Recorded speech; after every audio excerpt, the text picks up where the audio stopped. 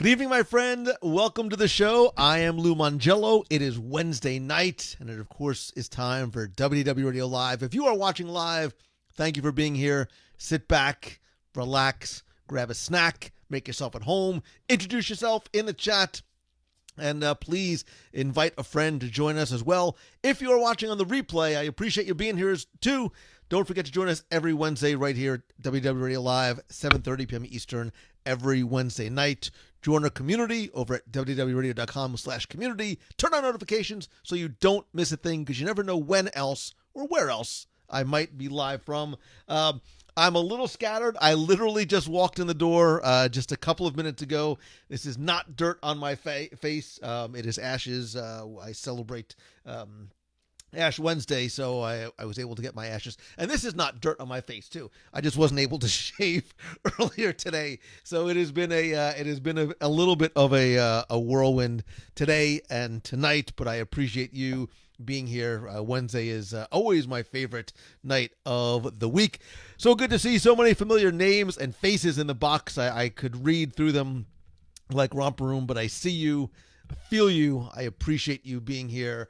Again, lots happening all at once in the WDW radio world, in the Disney world, in the world. We'll try and get through a lot of what has been going on in all of the different arenas. And then be sure and stay tuned. Not that it's going to be a super long show tonight, but then stay tuned, because I'm going to have a very special, dare I say, magical event announcement. And this one, studio audience, which does not exist. But if there was a studio audience here, this one, I'm excited about all the events we do.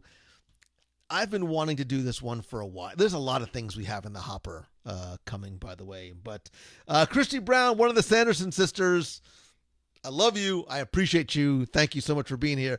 Jim O, my brother, I got your message. We are going to connect as soon as possible. Life has just been a little crazy. Steve Schussler from my favorite restaurant on this planet, of which I have not been to in way too long. I have to fix that.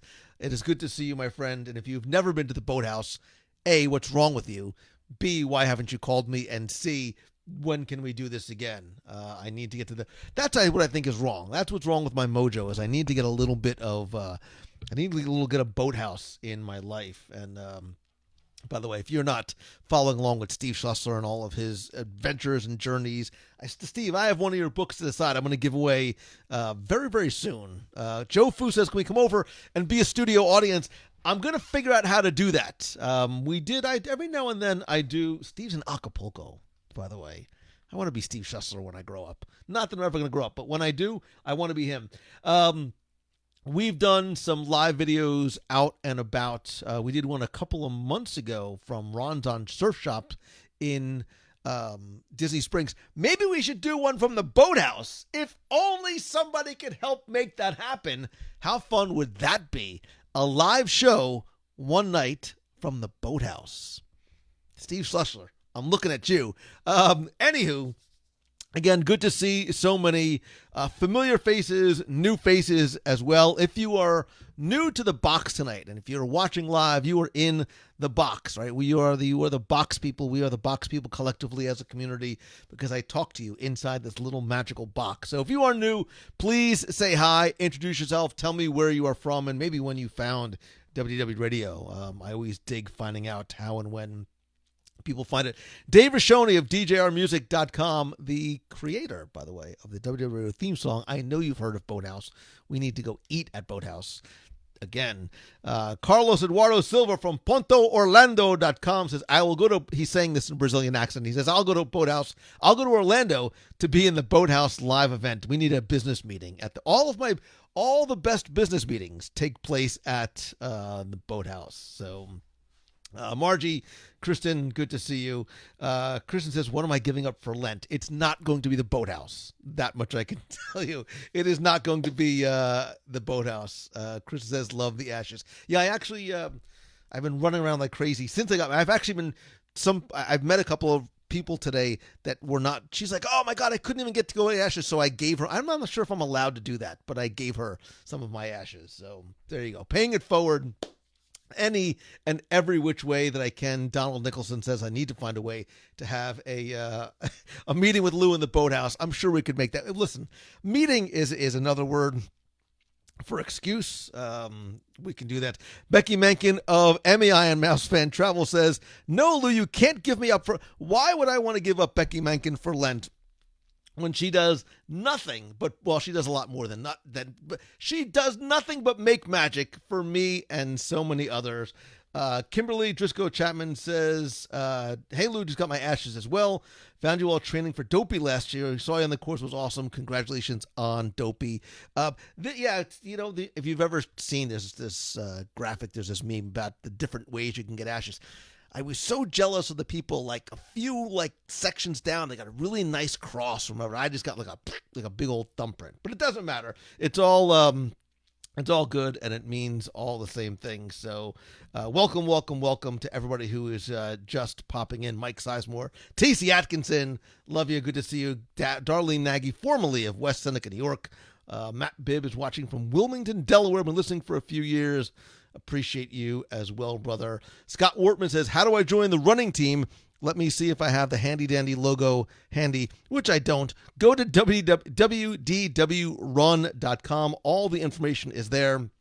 You can fill out the form, and we'll get in touch with you. Whether you are walking, running, wogging, jogging, cheering, whatever it might be, anyone and everyone is welcome. We are family. We are more than friends. We are family. And it doesn't matter what your experience level is. If you have somebody running on the course or you just want to be part of the fun, and it really is fun. We joke around about getting up early and, one race, it might be freezing out, and the next day it might be 95 degrees out, and it's all fun. And there's always food and laughter and tacos and hugs. We just had Princess Half Marathon weekend last week, which was always a lot of fun, and I am so incredibly grateful to everybody who was out there on the course and then on the sidelines with us cheering as well. So again, WDW Run will take you right to the page over at WDWRadio.com. And don't forget, it all goes to a good place, which is the Make-A-Wish Foundation of America. You, I'm talking to you, helped us raise more than $300,000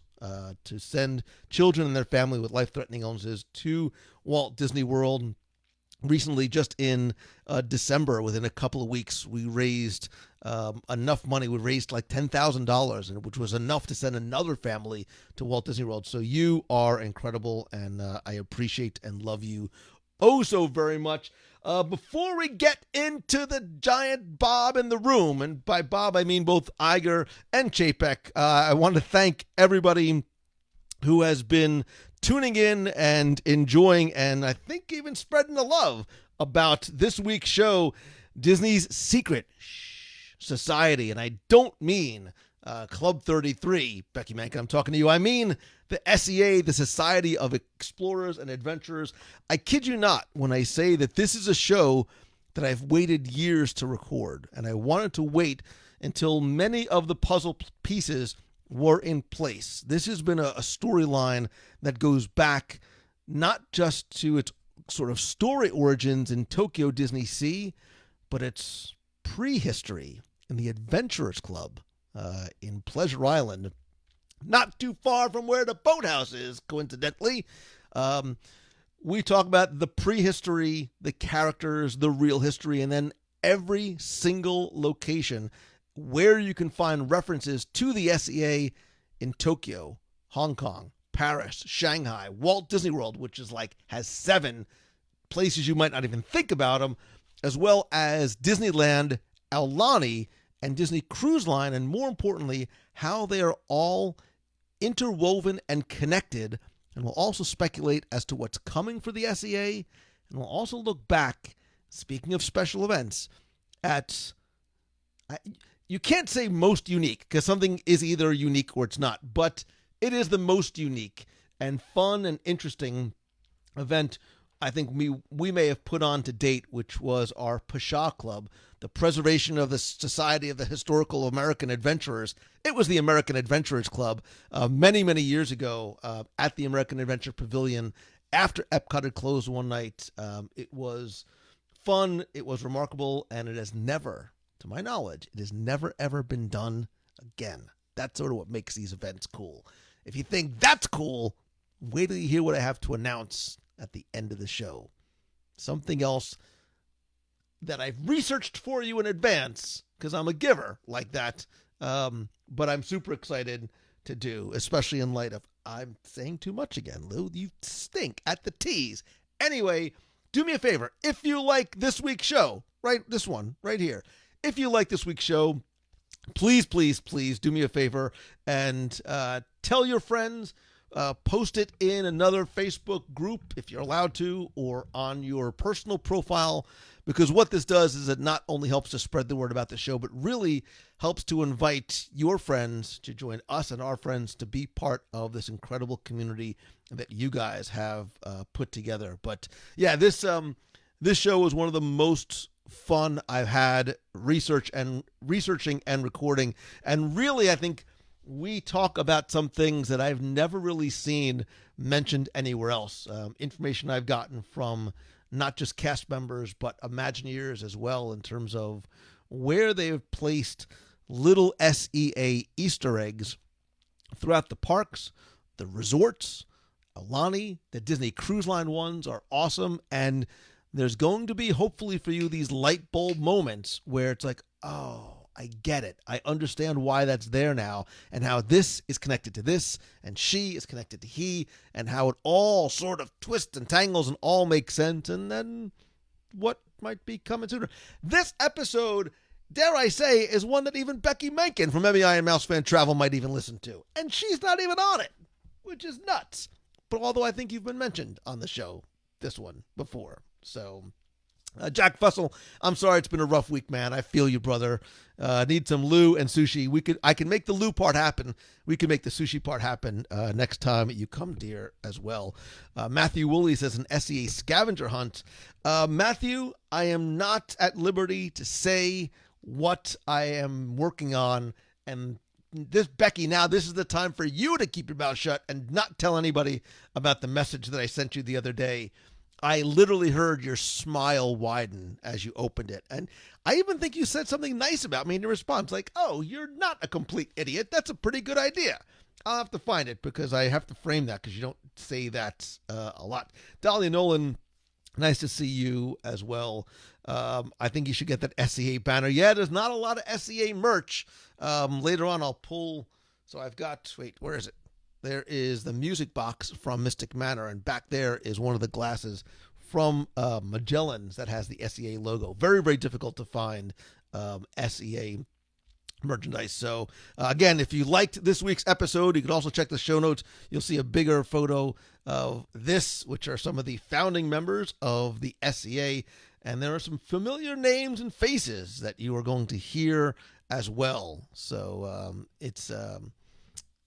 it was a really, really fun episode. And if you like this idea of phenomenal storytelling, which is what Disney does so well, I really, really think, even if you don't know what the SEA is, I think you're really going to like this week's episode. So, Amanda Bonner, always good to see you as well. Orly Plu says, the anticipation is killing me. You're killing me, Smalls. But look, I think before we talk about the next event, I think we do absolutely need to talk, and I want to hear from you, because I think we do need to talk about the giant elephant in the room, which for a lot of people really seemed to come out of left field, and it's these guys. It's Bob and Bob, Iger and Chapek, coming together one more time, because Bob Iger has, without much warning or notice, stepped down. I know you know this already, as CEO of the Walt Disney Company, effective immediately. I think I want to clarify that, because I think stepping down is not accurate. I think he is stepping aside because, as you know, he's going to be remaining with the company for a long time. But let's not get ahead of ourselves. So Bob Iger announced this week that although his contract ends on December 31st, 2021, he is resigning as chairman and CEO of the Walt Disney Company although he is going to stay on as executive chairman and is going to, quote, direct the company's creative endeavors. There's a loud roar from the audience because he's got a pretty good track record, as you may know. I really think that the Iger conversation needs to be one that is much longer and much deeper, because I do not want to minimize what he has done for and brought to this company. It's not just 20th Century Fox. It's not just Disney Plus. It's not just Lucasfilm and Star Wars and Marvel and everything that sort of came in this legacy. And I've talked about his legacy of acquisitions really for years in anticipation of this, because the way history is going to look at Bob Iger is because of what he brought to and into the company. And I think what's important about this, and I again, I've been a little distracted with life as of late, but I've really tried to very quickly put my finger on the pulse of what has been going on social media.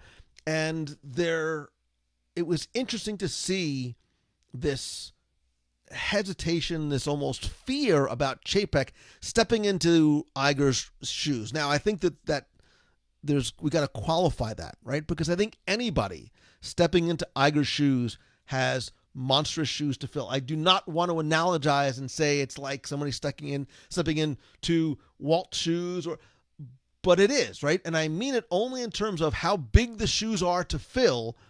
Who would be that person, right? So for a long time, we thought that Tom Staggs was going to be the person that was being groomed. He left the company for whatever reasons, and there's been discussions about is it somebody from the entertainment industry? Is it Kathleen Kennedy? Who was going to be stepping into this role? I think that the handwriting has been on the wall for a long, long time. I was almost surprised at the shock in the announcement of Chapek, because I think if you sort of look back, hindsight being 2020, at sort of the relationship they have. Look, even going back to,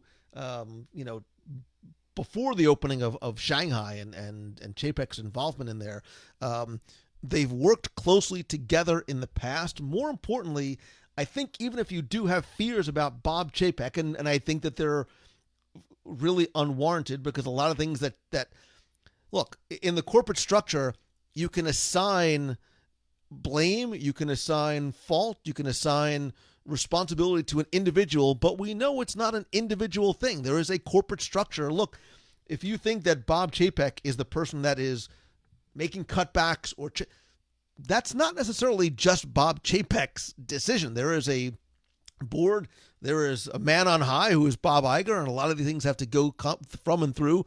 But I think what this means is, and look, over the next 22 months, right, because Iger is going to stay on board until the end of his contract, which I applaud and admire.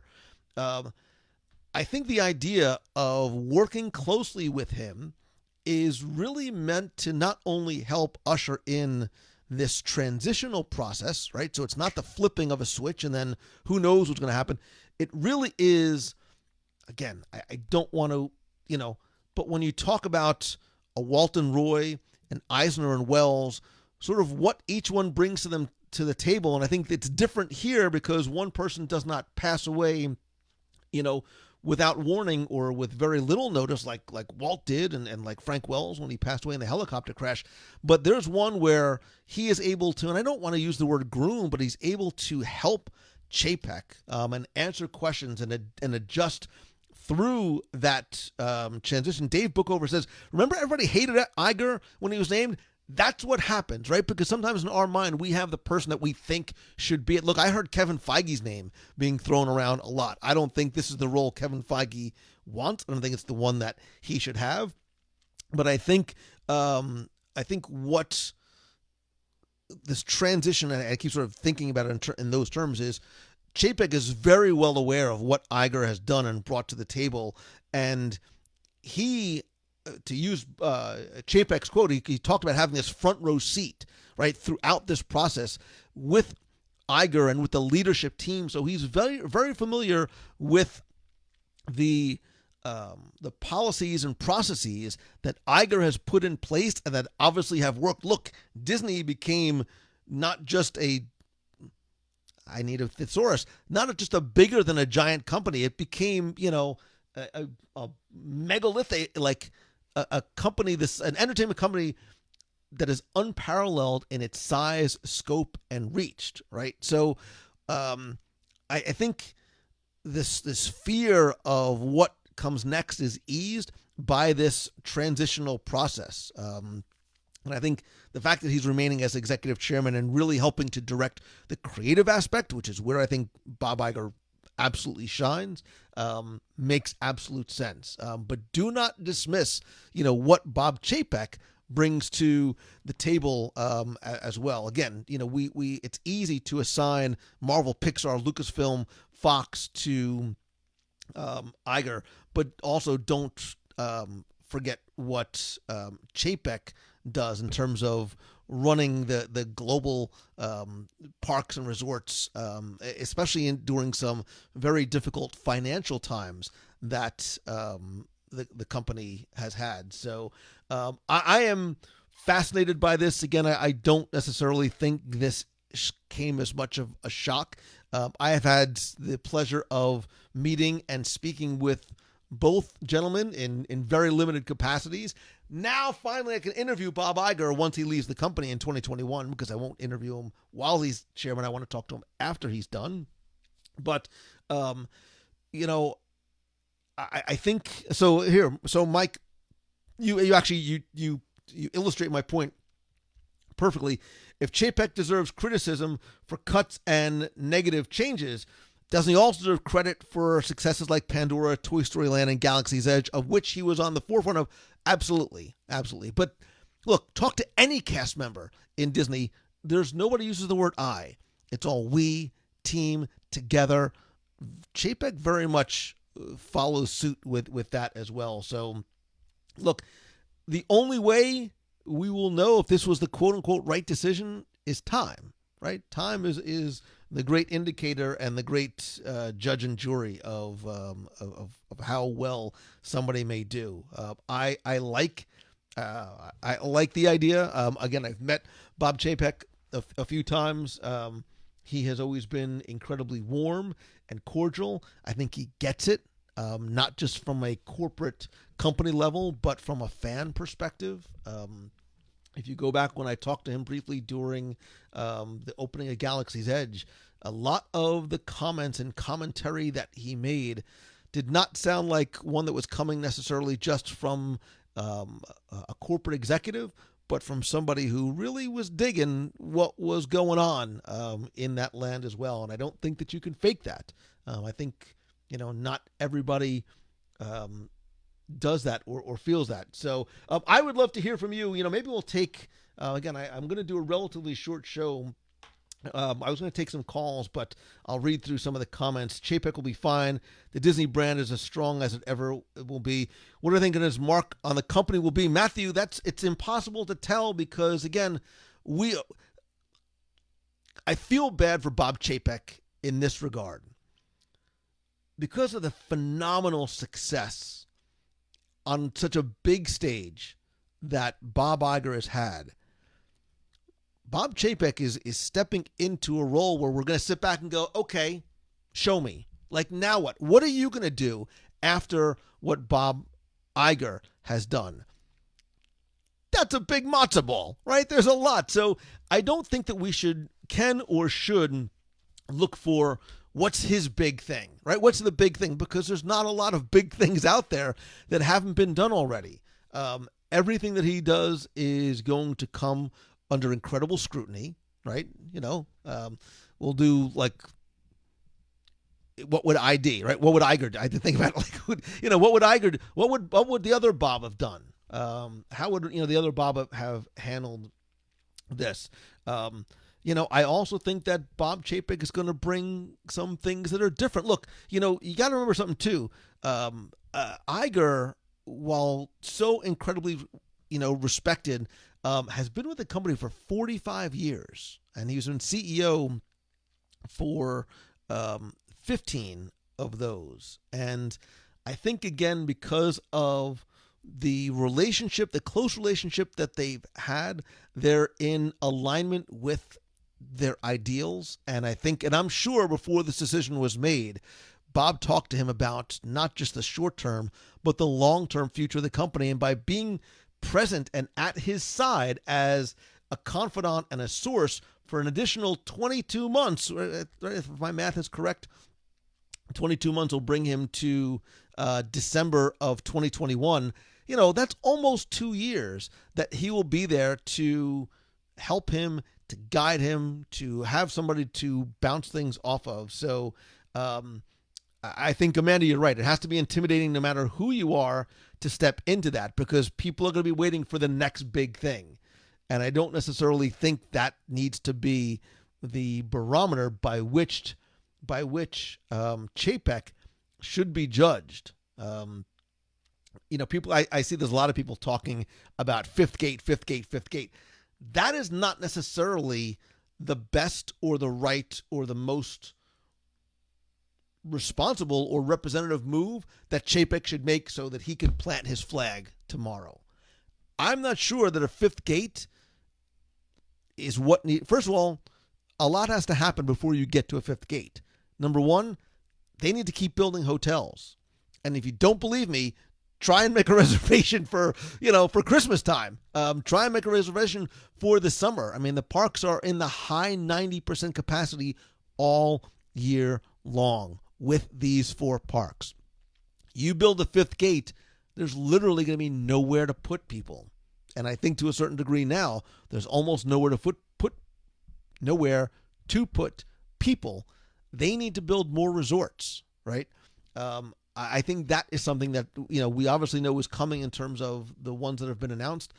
I think that there are more that are coming. Disney Springs, I'm looking at you. I'm looking at a pad near Cirque du Soleil, which would absolutely fit a convention-style tower hotel. I just think that certain things have to happen first before you get to a fifth gate. You don't build that very, very, very expensive park because there is no infrastructure in place. You don't build that fifth park purely for the purpose of building that park. Because then if it fails and if it doesn't perform as well as a Lucasfilm acquisition, which goes from a $4 billion purchase to an $18 billion or whatever it is revenue generation in the last X number of years, that's the scale that unfortunately Chapek has to walk into. You talk about big shoes to fill. There are big numbers to fill. Iger made acquisitions and made strategical growth decisions, not on the tens of millions, even hundreds of millions of dollar level. We're talking the multiple billions of dollars. Like, Iger spent, and on the flip side, earned this company exponentially higher returns on the billions that he spent. So I don't think that we can or should throw Chapek into that. Okay, now what? What are you gonna go buy? Because there's not a lot left to buy. I keep saying Magilla Gorilla is the only thing they have to buy from my childhood. I think that there's a lot of planes already in flight. The Epcot plane is in flight. I think a Magic Kingdom update is in flight. Avatar, The World of Pandora, both the film as well as the theme park experiences are probably almost already in flight. There's also the movie division. There's the television division. There's the consumer products division. There's the international. There's a lot there's a lot of spinning plates all on the air that he's stepping into, and I sincerely, I am grateful to, and I applaud Bob Iger for, while yes, maybe saying he's going to step down out of left field, which I don't think it is, and I'll tell you why. I think saying, look, I will ride out the term of my contract and help him along the way. I think that speaks volumes about him, not just as a CEO and as a businessman, but as a human being. Sometimes just doing the right thing, that's just the right thing to do. And maybe during that time, something happens and Chapek says, hey, this is not the role for me, or who knows. But I see it the other way, that he has somebody who can help him step into that role without just sort of disappearing out of the building. Bob Iger didn't just pack up his desk and say, I'm giving you my 2 weeks notice, peace out. He's like, I'm here to transition. And I sort of envision them, you know, literally like walking together to help with the guidance. So it'll be very interesting. So Matthew, you said is Chapek and Iger the same as Eisner Wells? No, because I think the Eisner Wells roles, much like Walton Roy's, were specifically almost enumerated and defined, and they were complementary. I sort of think of the yin and the yang. They were very much polar opposites, but the way that they worked in together worked well for the development of the company and the business and the brand. That's not the role that these two gentlemen are taking. They do, while Eisner definitely has a more creative, directive role. It is not one where he is Chapek's boss, for lack of a better word. But I think they will work in tandem as that baton very, very slowly gets passed. And maybe that's the way to think about it, is the baton is getting passed, but there's a couple more. They're going to be holding it together as they run around these tracks, while still, I think, Iger giving Chapek the his own set of shoes and his own footprints to make. So it is not still Iger's company and just sort of, there's a sort of puppeting type of thing going on. I think Iger's going to give him enough latitude to let him make his own decisions, potentially his own mistakes, potentially his own acquisitions, and it'll be interesting to see what happens. I know a lot of you have already been commenting in the Box People group over on Facebook. I invite you to please continue the conversation there. I see a lot of great comments here. Jay is excited to see what happens next.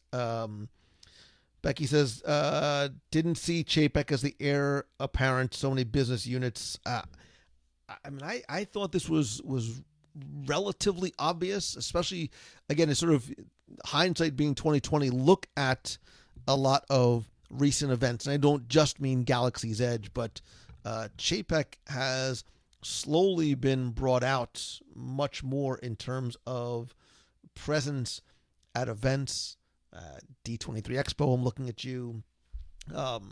Some other, maybe not even as highly visible ones as that. There was nobody other than, again, there was somebody I heard from potentially a Sony person. Kathleen Kennedy was a name that I kept on hearing, and I just never, I think especially in light of recent years, I don't think she was ever the right person. I don't think Kevin Feige wanted or was the person who should be in this role as well. So, so I just, Hal says, are they about to announce something that would give Bob Chapek a big win to start? So, look, I think there's no big secret that, or maybe it is a big secret. I don't think it's a big secret that there's more coming to Epcot that has not been announced as yet. And I don't mean that just because of the amount of demolition that's going on. I think just we are aware enough to see certain things have not been mentioned, right? There are certain obvious omissions to pavilions that have mentioned getting updates. Imagination Pavilion, I'm looking you square in the face and hugging you, but your time has come. So I think maybe this was an intentional timing choice in terms of, because I said after Expo, they didn't talk about Imagination. They didn't talk about Tomorrowland. They didn't talk about Animal Kingdom. There was a few things I felt were noticeably absent, and maybe Iger and others who probably were in the know of timing said, we'll make these announcements after this announcement of the transition has started to take place. So maybe some of that initial credit and social goodwill will go to Chapek as opposed to being some of Iger's final executed strategic decisions on his way out. Does that make sense? It makes sense in my head, but it's a very weird, messy place in there. So What it does mean, though, is, man, it's a freaking exciting time to be a Disney fan, right? There's lots of stuff that's coming. This just adds another sort of interesting piece into the puzzle. Is Chapek going to be different than Iger? Absolutely. Their personalities are different. I'm sure some of their decision making is going to be different. Chapek's going to be under incredible scrutiny for a long, long time because of what he has to live up to and what he's going to be compared to. Time will tell, and this will be a conversation I think that we'll be continuing to have for a while.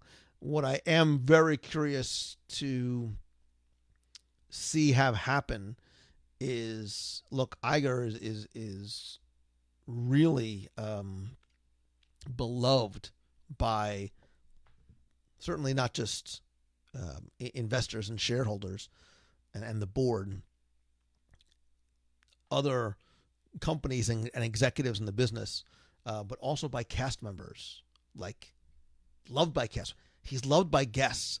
When the news broke yesterday, I may have gotten a few text messages and Facebook messages.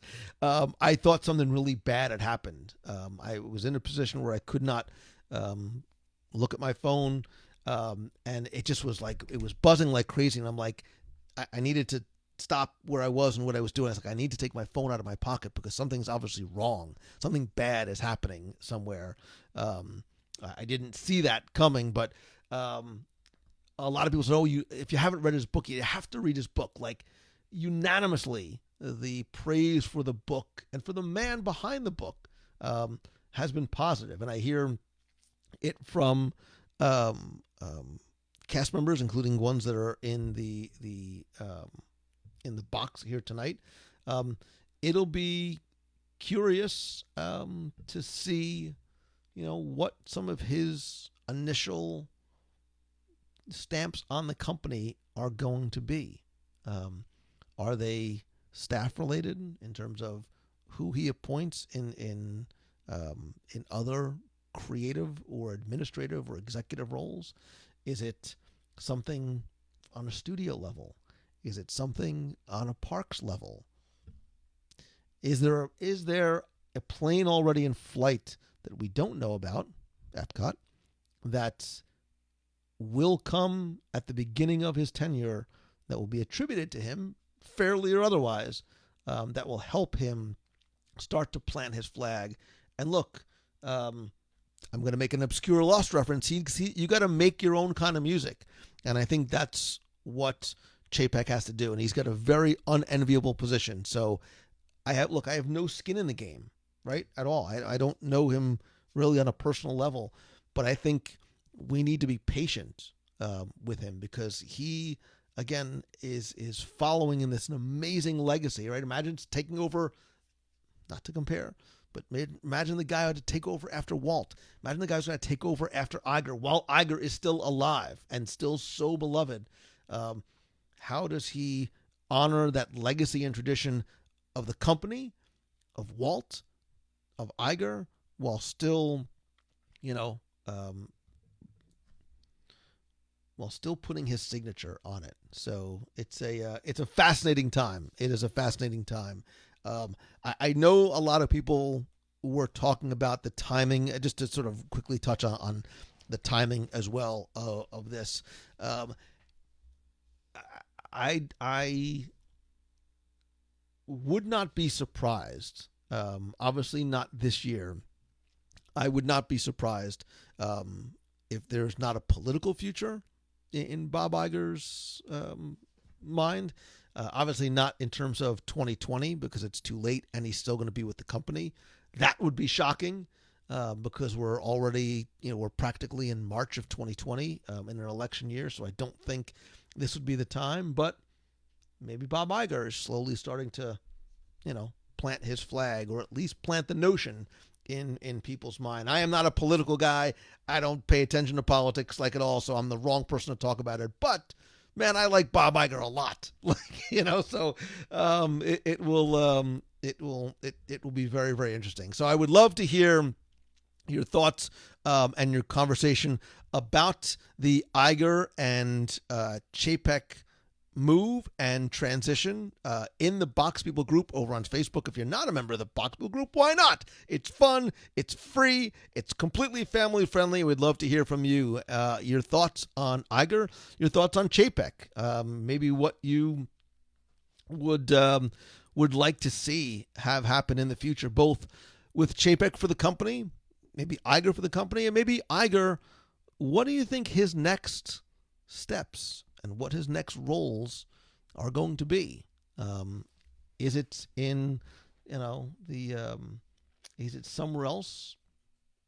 Probably not. Is it another entertainment company? No. I think he's done everything he's needed to do. Is it in politics? Maybe it does happen this year. Maybe. Again, I am not a political guy, so this might come out as like the stupidest thing I've ever said. Like, no. I was gonna say, oh, maybe he does it now. Like, so he's tapped as somebody's vice president, but no, because he's already committed, and I think he's a man of his word to staying on with the company and alongside Chapek until the end of 2021. So that would pull that out. But who knows? He's a much smarter man than I. So to wrap it tight with a bow, from a personal perspective and as a Disney fan like Bob Iger, thank you for everything that you have done for this company, for this brand, for this community, for the community. And I mean, the good that the Disney company has done in the community for cast members. Look, I still am going to talk about the Aspire program till the day I die because I love that, and I don't think it gets enough love in terms of what Disney does in terms of giving back to their cast members. Anytime I have ever spoken to Bob Iger, he was so incredibly gracious and humble and a regular human being. And it's not just because I didn't meet him at media events. I literally met him. The first time I ever met him and spoke to him was me and him and Stags in an elevator on the Disney Dream in the adult district going, I think we were all going up to deck 11 to go get some pizza from Flo's V8 Cafe. But I have incredible respect for him. And I have a plane ride coming up, 2 plane rides coming up this weekend. And maybe this is the time to start blowing off the dust and cracking the jacket on the Bob Iger book. Because, by the way, I am going to be, do I have it? Yes, I am going to be, just quick transition to sort of the other side of what I do. I'm going to be in San Diego this weekend for Social Media Marketing World. I'm going to be speaking twice about this, exactly what we're doing right now about Facebook Live, if anybody happens to be at Social Media Marketing World. And I'm also going to be doing, it's sort of a hybrid workshop / meetup about podcasting, that little podcast that I've been doing for 16 years on Tuesday. So if you're going to be in San Diego, if you're at Social Media Marketing World, I am going to be speaking there. I will tell you, again, because you are my friends, in the interest of full disclosure, there are, because of some life stuff going on, I have been talking about, and I only mentioned it because I saw somebody, they messaged me today, and then I saw somebody post something. It was either on the Box People group or on the page about, I was supposed to be in Italy next week to be speaking at a conference, and for personal reasons personal reasons have nothing to do with coronavirus. For personal reasons, I have, and they were incredibly gracious. I'm not going to be going to Italy the week after, but I will be in San Diego this weekend. So if you're around, I will be there. If you're Social Media Marketing World, by all means, hit me up. Fred, I cannot live stream my presentations, but Fred, you've been to Momentum before. I've got some cool things in the works in terms of being able to share some of the things I talk about on stage with you guys in some other formats. And I know I've been saying it like every single week. I'm going to release information about my Momentum Weekend Workshop as well as my Momentum Retreat this summer. I meant to do it this week. Life got in the way. I'm going to be away next week, but I promise I'm going to do it. I'm one person, and I'm trying to update websites and Eventbrite pages and all that kind of stuff. So it's all coming. It's all coming and there is good stuff ahead. And speaking of good stuff that's ahead, nice transition, Moncello. Thank you very much. Speaking of good stuff that is ahead, there is lots of good stuff ahead, most of which I'm not at liberty to talk about because Becky Mencken will crucify me. One is, you probably heard, we're going to Wyoming this summer. 7 days, 6 nights in Wyoming starting on July 21st. We now have one, count 'em, one room left. That could be a single, a double, a triple, a quad. Come alone, bring the whole family, grab a friend from the box.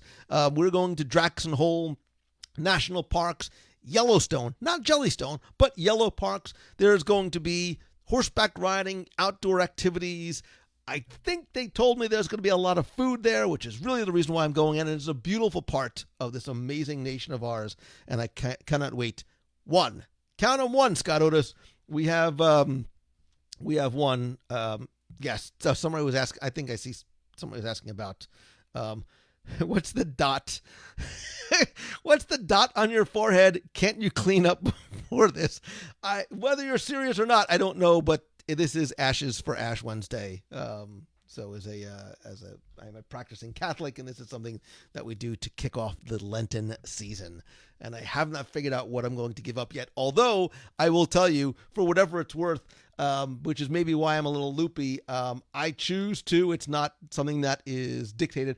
I choose to fast on Ash Wednesday. And when I say fast, usually in the church you're allowed to have 2 small meals and then like 1 normal meal at night. I complete fast. So I've done nothing but drink water all day. And my kid got a fillet of fish today and ate it in the car. You're flame from the side of my face. I'll be fine, at least until midnight. So it's I'm a little loopier than usual. But yeah, so we have Wyoming coming up this summer. Again, if you want to find out more, visit wdwradio.com/Wyoming 2020 for a free, count it free, no obligation quote. This is one, it's completely family friendly. I'm bringing my family. You can bring up your family, and we will have a blast. And if you've ever vacationed with us, adventured by it with us, cruised with us, you know that nobody has more fun than what? I said cruised with us. Right, so we just did the Key West cruise out of New Orleans, which was awesome. We've done Alaska twice. We've cruised out of New York to Puerto Rico. We've done we actually haven't done we did Star Wars Day at Sea on the Fantasy in February 2016. We did a double dip in 2017. Cruising has always, I can't even say very quickly, it has always been one of my favorite things to do, not alone, but as a group. I have found that it is some of the most fun we ever. Speaking of some of the most fun I ever had, Duncan Wardle, by the way, ladies and gentlemen, the former chief creativity. I'm screwing this up, Duncan. You were the director of creativity for the Walt Disney Company. Former keynote speaker at Momentum is going to be back, killing it. As he always does at Social Media Marketing World. Thank God I go early on Monday. So you don't want to follow Duncan Wardle, because when Duncan speaks, everybody listens. He's brilliant, and I cannot wait to see you, my friend. Hopefully we can grab a meal or a snack, but chances are you're coming in from Turkey and flying out to Bucharest the next day, because you are the hardest working man on the speaking circuit, my friend. So Dan Boyle, the Wyoming trip does not end at Wally World, but I'm sure we can have some amusement fun of our own. Kelly says, I loved our New Orleans cruise. A lot of people, Sherry says I should have stayed in New Orleans for Mardi Gras. Nobody stays in New Orleans for Mardi Gras. They all come to Disney World. Anywho, Shelly Brook over there. We love cruising with the group. Always an awesome time, which is why we ended the cruise, and what did I say to you without singing the song? When can we do this again? Like, cruising is so much fun. It's better with friends. When he's going to Copenhagen? Of course you are. Yeah, Duncan, let's connect when we get there. I get it on Saturday. But Grace Margarita had a great time on the cruise, and I just love that her name is Grace Margarita as well. Anywho, Sorry. Let me go back. I love cruising. I love cruising with you. I want to cruise with you together. And we've done so many different ones before. Again, we've done Alaska twice. It's the only one we've ever really repeated. We're going to do that one again. We've had special guests. We've had so many different amazing times. And every time we do one, I'm like, what can we do to turn it up to 11? What can we do to make it even more special, even more magical? Dare I say, dare, even more marvelous? Is there a hidden message in there? Of course there is, because I'm going to tell you that we didn't do it as a group cruise, but I was very fortunate to have been invited by Disney last year to experience one of their themed cruises. Now, I've done Star Wars, which we did as a group. I've done Very Merry Time very recently, which we have to do as a group. But one thing we've never done as a group is Marvel Day at Sea until now. Because our next WDW Radio group cruise, because cruising is always best when it's done with friends. And when I talk about friends, I mean you and Hawkeye and Black Widow and Iron Man and Gamora and Black Panther and Gamora. Yeah, I said you twice. And Groot and Doctor Strange. And oh, by the way, there's a little dude I like to call Spider-Man, who I know is on board as well. And that is why we're going to cruise together for a Marvel Day at Sea next year. Like soon. Like January 23rd through the 28th, 2021. We are going to go on a 5-night cruise for Marvel Day at Sea. We are going to go, it is the Western Caribbean from Miami. So this cruise, let me see if I can pull up the ports for you. From Miami, we're going to go to Cozumel, Castaway Cay. So we've got 3 destinations, but more importantly, we've got 2 days at sea. So you start in Miami, we go have a day at sea, which I love. Cozumel is an amazing port because there's so much incredible, rich history there. There's really, really cool things to do. There's coral reefs and scuba diving and temples and stuff. Then there's another day at sea, so you can chill. Then we go to Castaway Cay, my favorite port anywhere. Then we go back to Miami. So it is a fantastic cruise. I will tell you that of all the cruises that I have done, other than the Alaska cruise, because Alaska was a destination, the cruise that I did with my son last year, sorry everybody else, was my favorite cruise that I have done in terms of onboard activities, because you not only can meet and greet all of your favorite superheroes, but your favorite Disney characters are dressed up as well. Plus, there's the Avengers Academy. There's stage shows, the fundamentals of the mystic arts. There's Disney movies. The ship is decked out. There's characters everywhere. I promise you that the final, the show on deck, I'm going to repeat myself over and over again, is by far the best show anywhere. Not just at sea, not just on a cruise line, anywhere. I am not going to spoil it for you, but they integrate characters, screens, action, the sky. It's amazeballs. So again, we are going to be going January 23rd out of Miami through the 28th. If you go to wdwradio.com/Marvel Cruise, you can learn more, and you can also get a free, no obligation quote. You can also, by the way, but wait, there's more. There is? Yeah, there's more. Because if you book, and by the way, you do need to book through Mousefan Travel in order to be part of our group. If you book before March 15th, 2020, you also get an onboard credit per stateroom. So Becky's going to give you, out of her pockets, she's going to give you a $25 onboard credit.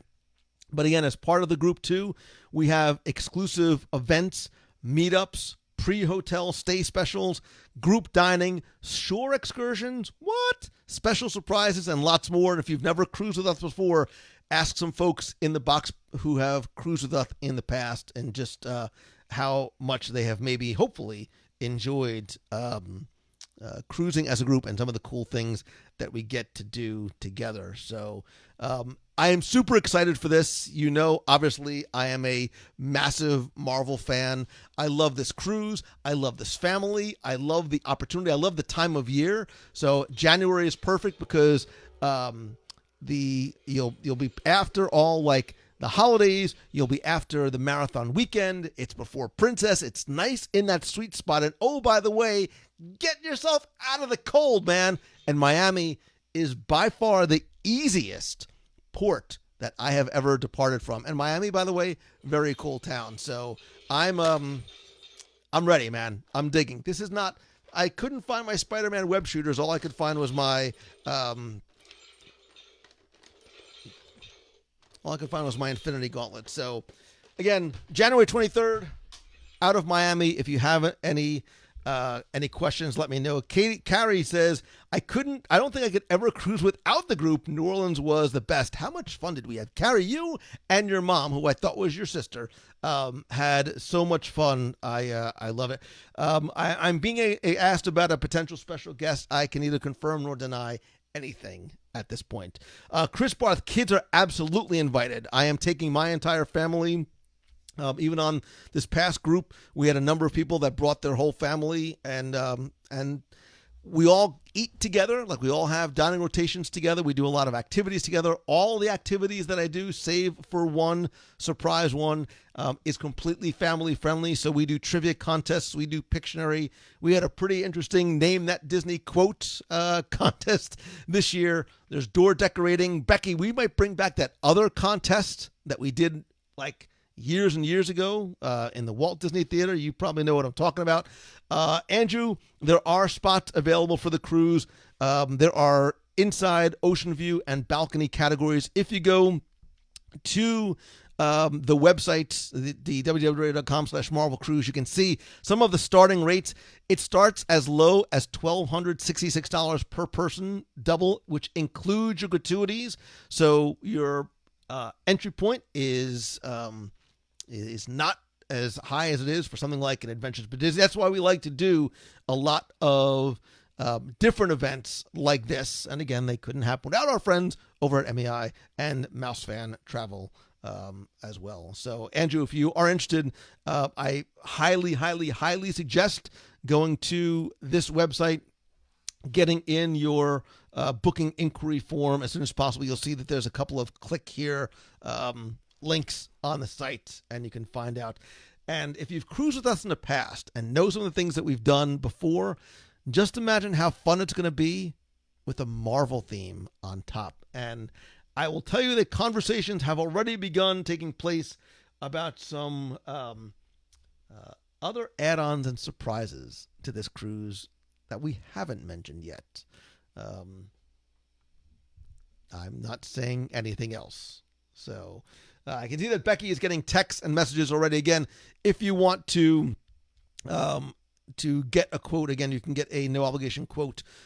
You can also, if you're really interested and want to make sure you get your cabin category, you can put a deposit down now, and then Becky will reach out to you about, or one of your agents about all the different details. So again, it is January 23rd. Get out of the cold and come cruise with us on Marvel Day at Sea, with us, with your family and your friends on WDW Radio, and brush up on your Marvel trivia. I'm just saying, brush up on your Marvel trivia. So this is one I'm super excited about. I'm happy we can do this together as a group, having done the research ahead of time. My son and I were able to go last January and just had the Marvel Day at Sea is so well done. I really, and if you've done Star Wars and the other themed cruises, I think Marvel takes it up to a whole level. And you don't need to be a Marvel fan in order to go. Becky says, check your text messages. This always scares me. Oh, okay. Yes to the first part, no to the second part, because I'm not prepared for the second part, and I didn't think you were either. No, we're not prepared for December yet. I mean, I can tell people that a December event in Walt Disney World is coming, but I can't give them any details as yet. Because if I do, I'm going to say too much, like where it's going to be or what they should do. But we are planning. Oh, forget it. You know what? I'm going to tell them anyway. So I'm going to let you know, just so you can sort of save the long-term date. We are going to be doing, again, because I understand that not everybody can come on an Adventures by Disney. Not everybody can come to a cruise as well, which is why not only do I do the Meets of the Month and on-the-road events, but I like to do events in Walt Disney World. And the most wonderful time of the year is not necessarily Food and Wine, Flower and Garden, or any other food-related festival, but it's the holidays. And so why not do something in Walt Disney World around and to celebrate the holidays, again, together as family. So I'm not going to tell you exactly when or where, but if it was me, I would sort of hold the weekend of December 11th open, or maybe even contact Mouse Fan Travel about the possibility of booking a room somewhere on property so you can come down for a weekend-long series of WDW Radio e-ticket holiday events. This is the part that I'm saying too much as well. So I know a couple of you asked me in the chat, by the way, about Italy. Italy is still happening. I unfortunately am not permitted by Disney or Becky Menken to give you the dates, but I will tell you that Italy, Adventures by Disney, which is a family trip to Italy, so you can come again alone, couple, solo, family, it's in the spring of 2021.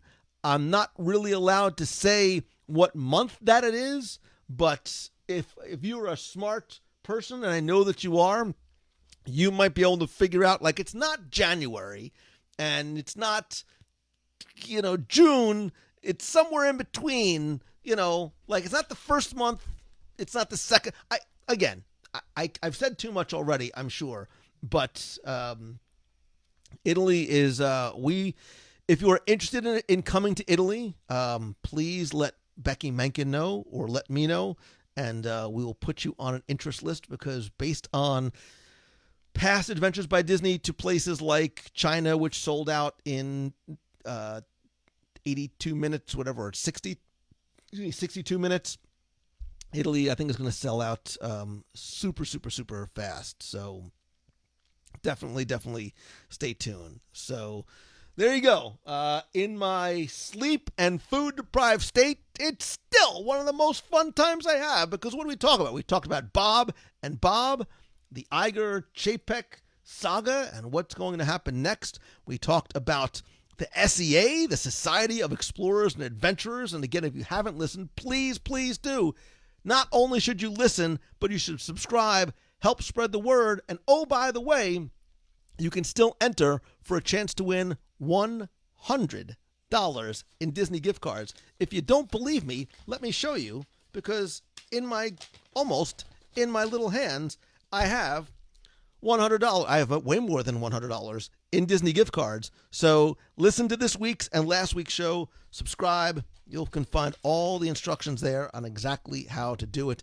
And I can just tell you, it's a super fun topic that we have never ever covered before. I think I mentioned we've got the one spot left for Wyoming this summer. Again, also a family trip. So you can come alone, bring the whole family. July 21st. Really, really excited for that. If you happen to be in San Diego and or at Social Media Marketing World this weekend, I am going to be speaking about Facebook Live, as well as podcasting, as well as doing some table talks there. So please come on out and say hello. Everything is always so much more fun when it is done with friends. What else am I forgetting? Other than to thank Mouse Fan Travel. Look, all of these trips and cruises and adventures could not happen without the help and the support of Becky and the team at mousefantravel.com.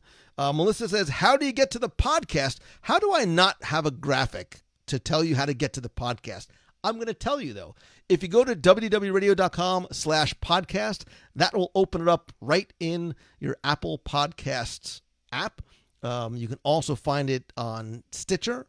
You can find it on Spotify. You can find it on Pandora. You can also go to WDWradio.com and just play it from the website. But the best thing to do is go to Apple Podcasts, subscribe there, like, rate, and review. Super, super helpful. And oh, by the way, if you rate and review the show, if you pay attention to this week's show, you'll also be entered to win.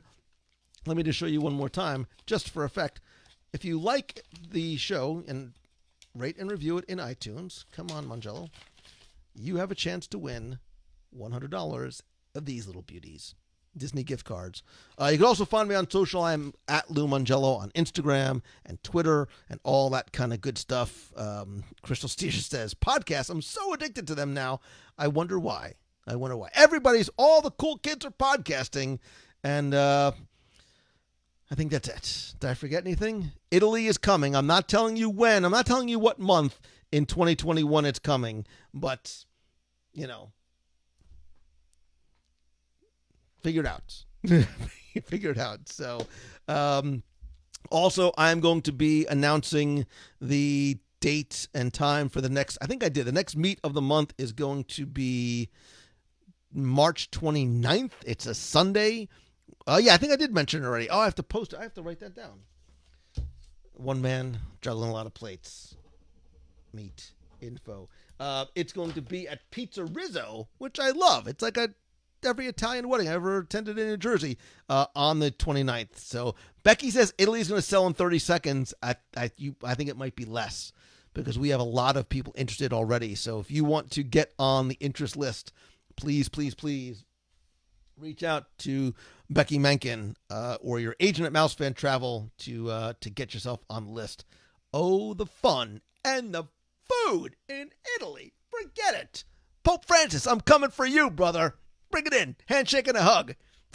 Not that I'm saying we're going to meet the Pope, but just if he happens to be at one of the local pasta places when I'm there, it would be nice. I'm just saying. What am I missing? Anything? Nothing?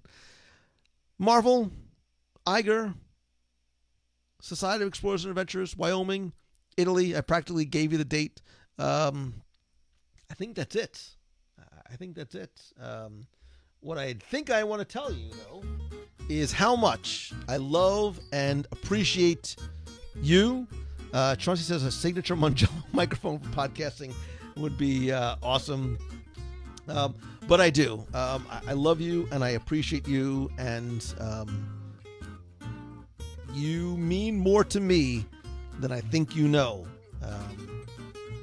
In good times and in some of the harder times,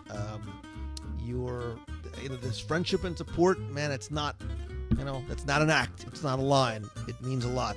And sometimes I don't share everything that's happening, but your presence is the greatest present to me, and I'm grateful to you more than you know.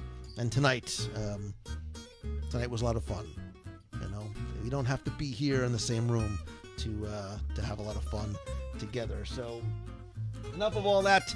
Bob, congratulations. All of you guys, you go out there, choose the good, spread the good, whatever. Choose the good, spread the good, and have an amazing week.